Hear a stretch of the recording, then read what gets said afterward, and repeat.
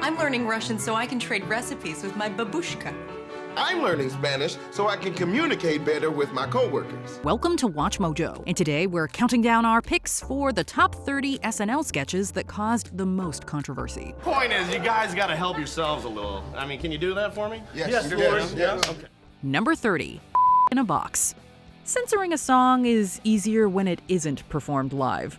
With this iconic digital short song, it was clear that The Lonely Island and Justin Timberlake had delivered a winner. Wow, you know it's Christmas and my heart is open wide. The song even won a Primetime Emmy. However, the title alone was a red flag for the FCC. SNL reached a compromise, airing the song with one particular word bleeped 16 times. Something special, girl. It's my in a box. SNL didn't need the FCC's permission to share the explicit version online, though. The uncensored cut received backlash from Parents Television Council President L. Brent Bozell, who called it, quote, a new low for NBC. That didn't stop the song from becoming a viral sensation and breaking new ground for shows digitally releasing content too risque for network TV. Number 29, Gen Z Hospital. Elon Musk plays a doctor at a hospital specifically for Gen Z. For many viewers, the sketch not only failed to authentically capture how Gen Z talks, but also went to unexpectedly offensive places. Just give us the tea. Okay, well, as you may have seen on her live, your bestie took a major L while driving her Hellcat. Critics argued that some of the lingo stemmed from African American vernacular English, which has been frequently appropriated on TikTok and Twitter. John Rickford, a Stanford University linguistics professor, called the sketch, quote, an embarrassment, claiming it, quote, negated the powerful, positive ways in which African American English is used in everyday life. This just looks way better for the gram than a dead body. That urn is really iconic. Fire. Michael Che, who came up with the sketch, wasn't familiar with AAVE until after the backlash. Che responded, quote, look, the sketch bombed. I'm used to that. I meant no offense to the AAVE community. I love AAVE. AAVE to the moon. Number 28, Shark Tank. The sharks on Shark Tank can certainly be intimidating, but not as intimidating as the pictures in this jaw-dropping sketch.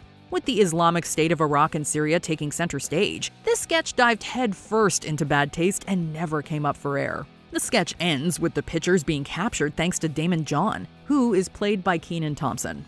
The real John wasn't so amused, however. The Shark Group founder said that he, quote, wasn't excited about the topic and, quote, found it a little insensitive. However, John did appreciate the fact that he was the one who saved the world. Because that's when I called Homeland Security to collect your $30 million bounty. Freeze! Drop the weapons! Nice play, Damon. Thank you very much. A sensitive topic for sure, but it wouldn't be the last time SNL parodied this controversial group. Number 27, Bambi 2002. It's a good thing that satire is protected under the First Amendment. Otherwise, we're not sure Disney would have been so lenient about this TV Funhouse segment. Bambi is going into the Disney Vault for 10 years, depriving your child or future children of a significant emotional milestone. Even if SNL avoided any legal action, Bambi 2002 still pushed the envelope of how far you can go in satirizing a beloved Disney classic. Giving Bambi a 21st century makeover, this faux direct-to-video sequel is hilariously relentless in its send-up of corporate greed, shamelessly succumbing to the latest trends and the essence of childhood. Bambi and the gang are back in business, and the forest has never been more fun. I'm Rapid Betty. I'm here to say I'm the Fresh Prince of the Forest each and every day. Robert Smigel wasn't a huge Disney fan growing up, although he developed a love for their movies upon becoming a parent. That didn't stop him from depicting Bambi's mom with head trauma or an adult film version of Pocahontas. Come on, Bob, do your exercises. What's next, a pre-scandal Jared? Number 26, Africa Tourism. In this sketch, three women who all coincidentally have the same name explain why Africa is the best destination for divorcees of a certain age. Two things overshadow their monotone dialogue, however. First, there's Adele repeatedly breaking throughout the sketch. Jungles, the mountains, the ranges. The rhythm, the drums, the pounding. Second, there's the black men in the background getting comfortable with other ladies. Some found the sketch ill-timed given the End SARS movement and ongoing police brutality. It didn't help that about a month earlier, Adele posted an Instagram photo of herself sporting a traditional African hairstyle, which was criticized as cultural appropriation. Timing aside, some took issue with the usage of words like tribesman, finding that the sketch objectified black men, although others felt that white women were the real targets of the satire. And don't tell anybody you're going to beautiful, beautiful Africa. Africa. You're gonna want that coconut water. Number 25, Adrien Brodys' Dreadlocks. Going off script is rarely, if ever, a wise idea on SNL, unless you're looking to get on Lorne Michaels' bad side. Adrien Brodys' urge to improvise would get him banned from SNL. Please, I only get one chance here. It'd be one thing if the ad-lib was funny, but this incident demonstrates why Brody is probably better suited for drama than comedy. Introducing musical guest Sean Paul, Brody went rogue with dreadlocks and a Jamaican accent. And yes, Paul is Jamaican, which only made the bit more offensive.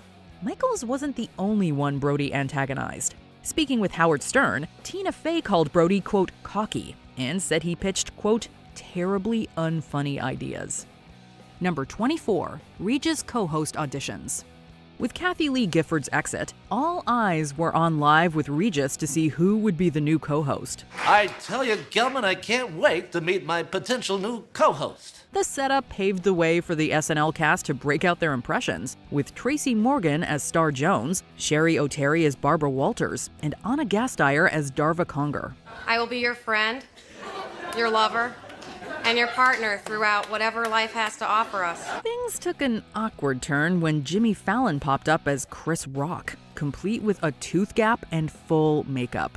While the impression was jarring in 2000, it gained even more notoriety 2 decades later when it resurfaced online. Fallon apologized amid the backlash, calling it, quote, a terrible decision. I want to move forward and going forward, I want to work on being a better ally. Rock didn't express anger towards Fallon, calling him a, quote, great guy who, quote, didn't mean anything. However, Rock still considers the impression, quote, bad comedy. Number 23, Jesus Visits Tim TBO and the Denver Broncos. Jason Sudeikis is known for playing the devil on SNL, but it was his portrayal of Jesus that summoned a plague of controversy. As Tim TBO of the Denver Broncos thanks Jesus for taking the team so far, the Messiah himself enters the locker room. Hey, everybody. Oh, Jesus! He has risen! No, not really. Just a quick visit. So, hey, everybody take a seat. Go ahead, take a seat. Chill out. Jesus takes full credit for their 6-game winning streak, but requests that they start pulling their own weight. He gets the team pumped and also confirms that Mormonism is the real deal. There's really nothing mean-spirited or anti-religious about the sketch, but whenever Jesus is satirized, there are bound to be naysayers. Here's the thing, I just go where people call me the most. Nowadays, that's a lot of football games, also the Country Music Awards, I decide all those. Televangelist Pat Robertson called the sketch, quote, anti-Christian bigotry that is just disgusting. Fox News' Bob Beckel called it, quote, despicable. But it's not like they're SNL's target demographic anyway. I love you, okay? I really do. love you too. Okay, all right. But just take it down a notch, will you, buddy? All right, yes, Lord, whatever you command. Okay, not a command, just a request. Number 22, What Up With That? Samuel L. Jackson and Carrie Brownstein. What Up With That is a recurring sketch that never gets old, even if it basically recycles the same formula over and over again. Kenan Thompson's DeAndre Cole repeatedly sings the irresistible theme song, sidelining his high-profile guests and Bill Hader as Lindsey Buckingham. What's up with that? What's up with that? We usually know what we're gonna get, but Samuel L. Jackson helped this iteration stand out. As the sketch wrapped, Thompson was apparently supposed to interrupt Jackson mid-profanity, but the timing was off. According to Thompson, the cue card only had an F on it, but Jackson went all in and threw in an extra swear word. I want to thank my guest, the incredible Samuel L. Jackson. Man, hey! The incident led Jackson to believe that he was banned from SNL, although Thompson later clarified that he's still welcome on the show. Hey, Sam. It's all good, bro. Yeah. You're welcome anytime, from what I've been hearing. Number 21, Nancy Pelosi and Barney Frank on the financial bailout. Being an election year, 2008 offered no shortage of political material for SNL to work with. I'm sorry? I want to phone a friend. While most of it was comedic gold, there were a few missteps. One sketch featuring Jason Sudeikis as President Bush and Kristen Wiig as Nancy Pelosi proved so controversial that it had to be modified online. Satirizing the bailout, the sketch targeted Herb and Marion Sandler of World Savings, captioning them as, quote, people who should be shot. After being released online, NBC's lawyers removed the sketch. While the Sandlers reportedly didn't pursue legal action, NBC stated they found, quote, elements in the sketch that didn't meet their standards. The sketch was eventually reposted, albeit edited. And now with the real estate market down, you're stuck with 24 timeshare condos that you can't sell. Unless we sold them for like 10% more than we paid. Number 20, Weekend Update. Pete Davidson's first impressions of midterm election candidates. With the 2018 midterm elections approaching, Pete Davidson offered his opinions on the candidates, but walked right into controversy. This guy's kind of cool, Dan Crenshaw. Oh, come on, man. Yo, hold on. As a picture of ex-Navy SEAL Dan Crenshaw appears, you can hear Michael Che laugh nervously off camera. Pete isn't thrown off in the slightest, and proceeds to mock the veteran's war wound, which definitely upset some viewers, Crenshaw included. I'm sorry, I know he lost his eye in war or whatever. The following week, the newly elected representative was invited to appear on the show and given a chance for rebuttal. Pete was also made to apologize live on air, something practically unheard of on SNL. Davidson later addressed the incident in his 2020 stand-up special Alive from New York, poking fun not only at himself and his apology, but once again at Crenshaw. Number 19, Aer Lingus. Ladies and gentlemen, welcome aboard Flight 192 from Dublin to Cork, making connections to New York City. It's hard to say whether viewers were more annoyed by the lazy stereotypes in this sketch, the accents, or just the fact that it wasn't particularly funny. You know about the word it sounds like, not saying any more about it. And the word we're talking about sort of rhymes with running. The Irish airline crafted a tongue-in-cheek response, calling the sketch unwatchable in a tweet written in the style of American President Donald Trump. I collect my points hey! on Aer Lingus. That's how often I fly Aer Lingus. Saoirse Ronan, who is Irish, said she was surprised by the backlash and is actually a frequent flyer with Aer Lingus. Also, can anyone explain the joke about all the dogs? Of course, this wasn't the only time SNL relied on Irish stereotypes and failed to stick the landing. Number 3, what'd you make me for supper? Wait, the cousin is still playing? Number 18, Rosetta Stone. This commercial parody starts off innocently enough with some happy Rosetta Stone users showing off their newfound skills. Me gustan los camarones. In a rapid escalation of events, things take a turn for the creepy when we cut to some men who purchased the Thai version of the software for a rather perverse purpose. I'm learning Thai so I can go to Thailand for a thing. I'm also learning Thai for business. While most language programs teach simple conversational phrases, the Thai vocabulary seems to be tailored for very specific ends. With Rosetta Stone Thai, you can learn great conversational phrases like, how much?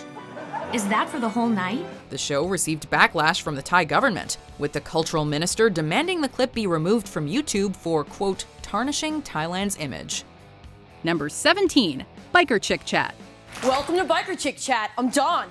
It's not unheard of for someone to drop an accidental F-bomb on live television, but imagine doing so on your very first episode as a featured player. You freaking just threw an ashtray full of butts at my head. You know what? You stood up for yourself, and I love you for that. During the Biker Chick Chat sketch, Jenny Slate accidentally lets one slip, and you can instantly see that she is completely mortified. She has since denied the speculations that this was the sole reason she was fired after just one season. But years later, with a little perspective and distance, she decided to flip the narrative, questioning whether a man would have received as much backlash. On the day that I got fired, I ordered like 4 pizzas and like ripped into a bong and was just like, well, I don't know, man. Number 16, Michael Cohen wiretap cold open. Mr. Trump, we're in big trouble. Donald Trump and his administration have been the source of many sketches over recent years, with countless big names jumping on the bandwagon. Stormy, this is Michael Cohen. Are you alone? Yes. And what are you wearing? So, when the scandal emerged about Stormy Daniels and Trump, we knew SNL would be quick to respond. Just tell me, what do you need for this to all go away? A resignation? Yeah, right. While your political stance might affect how outrageous you find this cameo, the adult movie actress made quite a storm with her surprise appearance in the cold opening. A lot happens in this skit, but it's the final few minutes that really grab our attention. And amidst all the action, Stormy had a message for the president. I know you don't believe in climate change, but a storm's a-coming, baby. Number 15, Weekend Update, Leslie Jones. When People named Lupita Nyong'o the most beautiful person in the world, Leslie Jones's response at the update desk sparked some serious backlash. And I agree that she is very beautiful. But for me, personally, I'm waiting for them to put out the most useful list. You know what I'm saying? Leslie acknowledged Nyong'o's beauty, but also joked that back in the days of slavery, her own size and strength would have been considered more important, leading to a better love life. Master would have hooked me up with the best brother on the plantation. The sketch ignited a firestorm on Twitter, where commentators took issue with her casual approach. In a series of 15 tweets, Jones fired back, stating that the joke was about her painful realization that black men aren't really interested in her. Number 14, Heroin AM. As will soon become apparent, SNL loves a good spoof commercial. In this case, they used the format of a typical pharmaceutical drug ad to introduce a much harder substance. I want to use heroin, but I also want to get stuff done. That's why I reach for Heroin AM. It follows 3 parents who use Heroin AM to keep up with their hectic lives. So now I can chase the dragon while I also chase this little guy. This sketch divided viewers, with some unimpressed at how flippantly the issue was being addressed, especially as SNL alums Chris Farley and John Belushi both died of drug overdoses. However, others loved the sketch, crediting it as a good way to get America talking about an uncomfortable subject. Side effects include it's heroin. So, all that stuff. Number 13, First, He Cries. In this skit, host B. Arthur plays a doctor delivering biopsy results to a couple, and it is not good news. Will I still be able to play the violin? The name of this sketch parodies NBC correspondent Betty Rollins' book First You Cry, where she documents her struggle with breast cancer. However, this version has the self-centered husband playing the victim, as he's distraught about living with his wife post-mastectomy. What about me? I'm stuck with some kind of hideous, deformed freak. Dad. No. Not only did this prompt a barrage of complaints, but B. Arthur received an angry phone call from a viewer who tracked down her hotel room number. Larry's going through hell right now. You took away something very important to him. On the flip side, Betty Rollin did write in to voice her support of the sketch. Number 12, Weekend Update, Governor David Patterson's State of the State. SNL's take on politics is usually comedy gold, but that doesn't mean they don't occasionally miss the mark. Hello, Yankee Stadium! When Fred Armisen parodied New York Governor David Patterson, rather than focusing on his political career or scandals, they focused on his blindness. Everything will be reduced to rubble and flaming piles of garbage. Or as I like to call it, where am I? Yeah, New Jersey! Needless to say, the governor was unimpressed, accusing the show of relying on offensive stereotypes. Stop, stop, stop. However, when he appeared on the show beside Fred Armisen, it looked like it was all water under the bridge. He was able to laugh at his own expense, but also gave the cast a taste of their own medicine by throwing in some shots of his own. You know, working in Albany is a lot like watching Saturday Night Live. There's a lot of characters, it's funny for 10 minutes, and then you just want it to go away. Number 11, The Jesus Uncrossed. If you're gonna parody Jesus Christ, be prepared to ruffle a few feathers.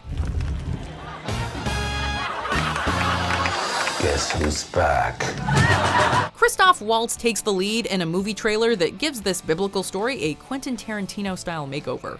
It's incredibly gory and bloody, plus we're pretty sure that the source material never included guns. I need me 11 apostles. We're gonna be doing one thing and one thing only. Killing romance. Some religious groups were offended by this sketch, which portrays Jesus as super violent, rather than forgiving. The Council on American Islamic Relations released a statement saying that they understood the show wanted to, quote, provoke a humorous response, but that it was, quote, a distasteful portrayal. Number 10, Alan Dershowitz Visits Hell. You know those jokes where you don't know whether to laugh or groan? I'm a huge fan. Oh, well, thank you. In this sketch, attorney Alan Dershowitz makes a pit stop in hell where he's greeted with open arms by the devil. In hell, we meet the writer of Baby Shark, Flo from Progressive, Mr. Peanut, and Mark Zuckerberg. Look who it is! Jeffrey Epstein! Great to see you. What are you doing here? Yeah, just hanging. But it's Adam Driver's Epstein that receives an audible mix of groans and laughter due to his edgy punchlines. I wish you could have been there in person. Yeah. It's too bad I was murdered. I know. From a pun about his death to a joke about how the devil appears to him, we'd be lying if we said we didn't wince even a little. Yeah, to me, the devil is a woman my own age. Number 9. World's Most Evil Invention. While at a supervillain convention, the attendees compete for the most evil invention in the world. It can reduce a monument to the size of a toy. There's a shrink ray and freeze gun, pretty standard villain stuff. But when Dwayne "The Rock" Johnson's character steps up, things take a seriously dark turn, and even the other villains voice their outrage. Oh my God! What's wrong? What's wrong? My most evil idea was a blizzard in July. Right. Well, I went in a slightly different direction with the assignment. A number of viewers objected to the skit, arguing that it trivialized sexual abuse. The sketch also takes a strange turn, as it's revealed that this has all been a disturbing commercial for White Castle. Number 8. Teacher Trial with Ronda Rousey. You know when they say some things are better left to the imagination? Now, Mr. Daly, can you point out your former teachers for the court? Yes, they're right there, giving me butterflies. So cheesy.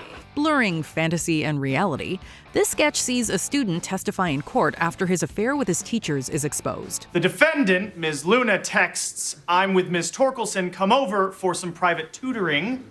Winky emoji face. The apparent joke here is that everyone is super impressed by a teen scoring with his teachers, despite the legal and moral implications. And how long would you say the encounter lasted? About 5 hours.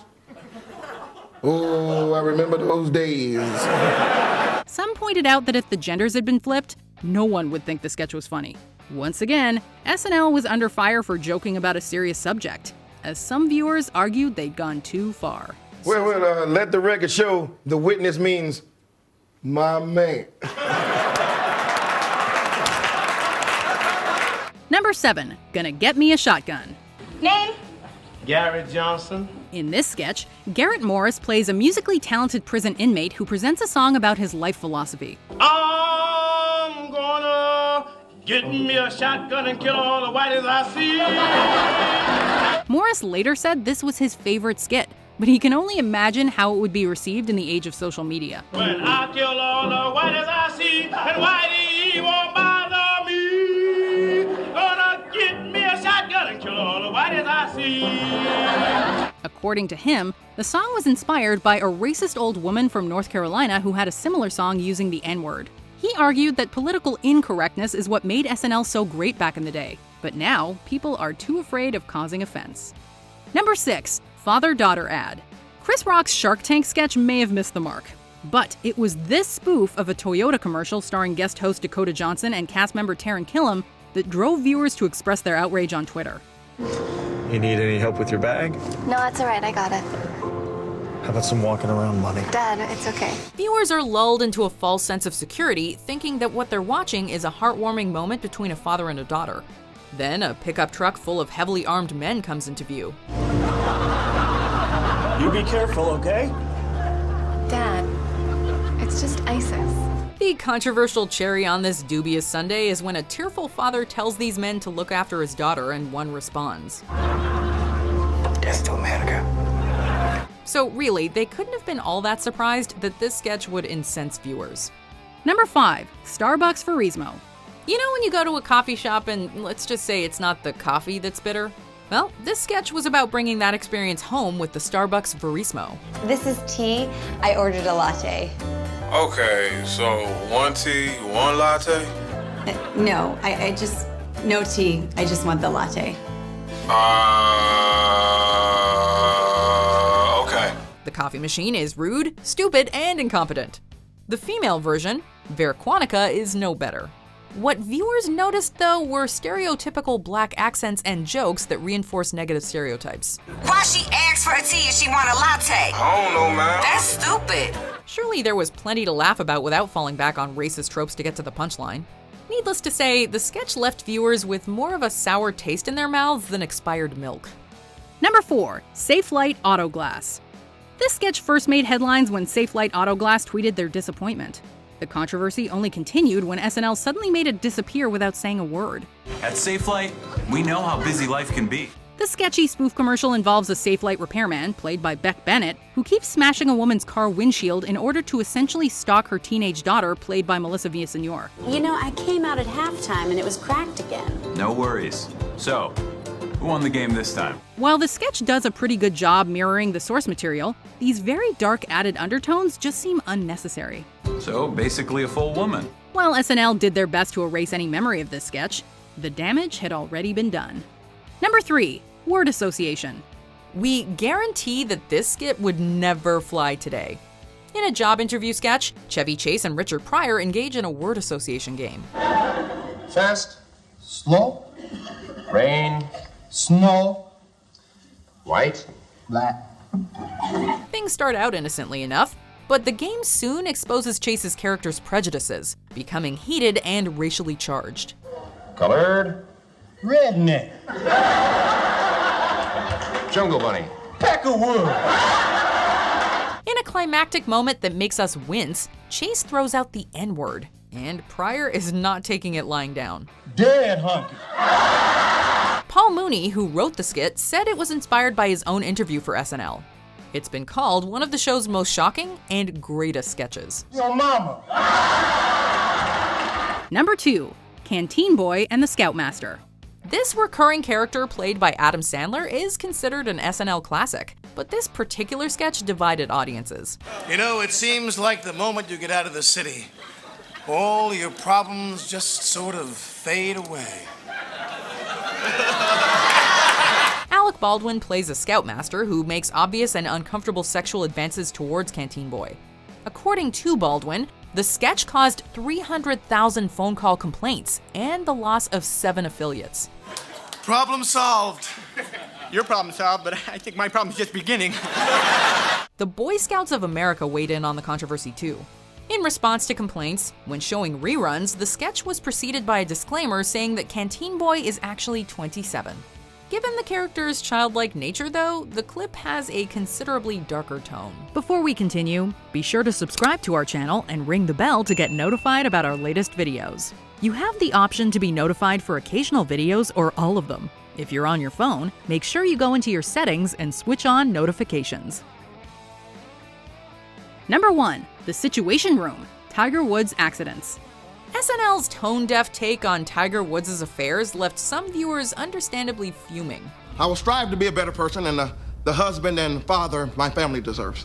Yeah, you will. We see the golfer at press conferences, and every time the camera cuts back to him, he's sporting a new injury, clearly caused by his wife, played by Blake Lively. I've been really clumsy this week. Even his cries for help are turned into a punchline. Believe it or not, I actually ran over myself. Many viewers pointed out that if the roles had been reversed, it would have never been treated so lightly. While some people did see the funny side, most thought the show had gone too far. Which of these sketches do you think went too far? Let us know in the comments. When it's bestie, it just hit different. Did you enjoy this video? Check out these other clips from WatchMojo, and be sure to subscribe and ring the bell to be notified about our latest videos.